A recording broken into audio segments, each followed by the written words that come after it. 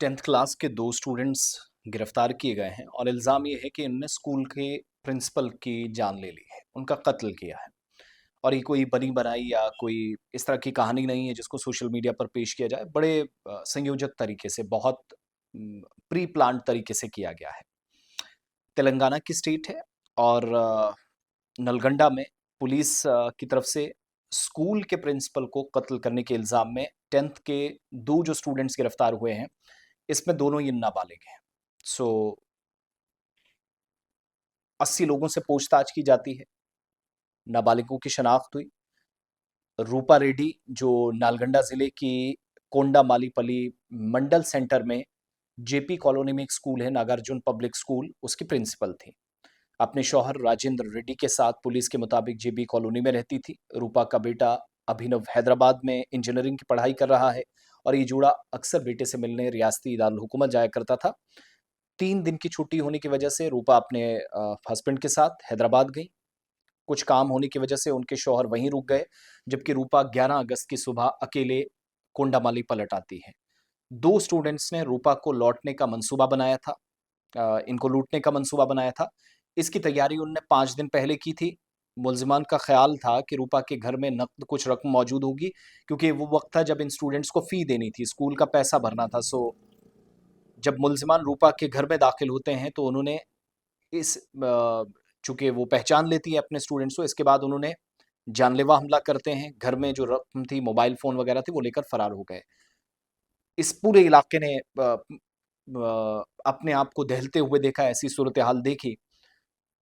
हमलावर आदि मुजरिम थे, ये पता चला, लेकिन 70 सीसीटीवी कैमरों की फुटेज खंगाली गई और इस वाक़ये के बाद स्कूल 4 दिनों के लिए बंद किया गया।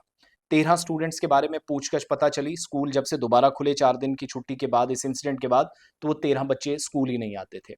5 स्टूडेंट्स ऐसे शामिल थे जो 10th के थे और इनमें से 2 हालिया दिनों में बहुत पुरतईश, बहुत अच्छी, शानदार ज़िंदगी, लेविश लाइफ़स्टाइल गुज़ार रहे थे और उन्हें हिरासत में लिया गया तो मामला सामने आया। एक के पास से तकरीबन 1,54,000 रुपए नक़द मिले, एक आईफ़ोन ज़ब्त किया गया और जब इनसे ज़ब्त किए गए नोटों पर खून के धब्बे देखे गए, उन्हें लैब भेजा गया तो मालूम हुआ कि वो इंसानी खून था, यही वो 2 लोग थे।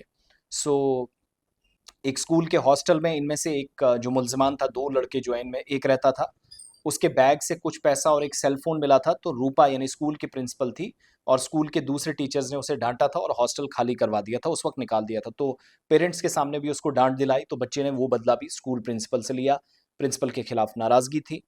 इसके अलावा मुल्ज़िमान को शराब और बाइक का भी शौक था। पुलिस ये बता रही है कि 1 महीने पहले गोवा घूमने गए, किस तरह पैसों का उन्होंने जुगाड़ किया ये सब पता नहीं, लेकिन रूपा यानी स्कूल प्रिंसिपल के घर में डकैती डालने की भी कोशिश की थी और 11 अगस्त को स्कूल से लौटने के बाद दोनों मुल्ज़िमान एक साथ प्रिंसिपल के घर गए।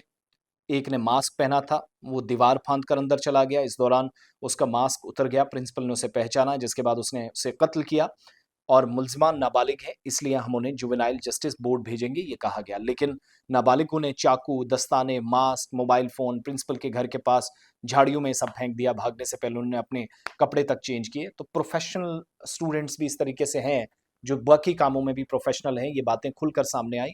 स्कूल प्रिंसिपल की जान चली गई है और अनफॉर्च्यूनेट केस के बाद अब तहकीकात का दायरा और वसी होता चला जा रहा है कि ये बच्चे क्या किसी नेटवर्क से जुड़े हुए तो नहीं थे। इसलिए मंशात के कारोबारियों पर भी तेलंगाना के अंदर इस वक़्त नज़र है, लेकिन अनफॉर्च्यूनेट केस कि स्कूल प्रिंसिपल की अपने ही स्टूडेंट्स ने लूट-मार की वारदात अंजाम देने और वहाँ से नक़द रक़म लूटने, वो पैसा बाद में वो फ़ी की शक्ल में जमा करवाएँगे, ये करने के मकसद से प्रिंसिपल की जान ली।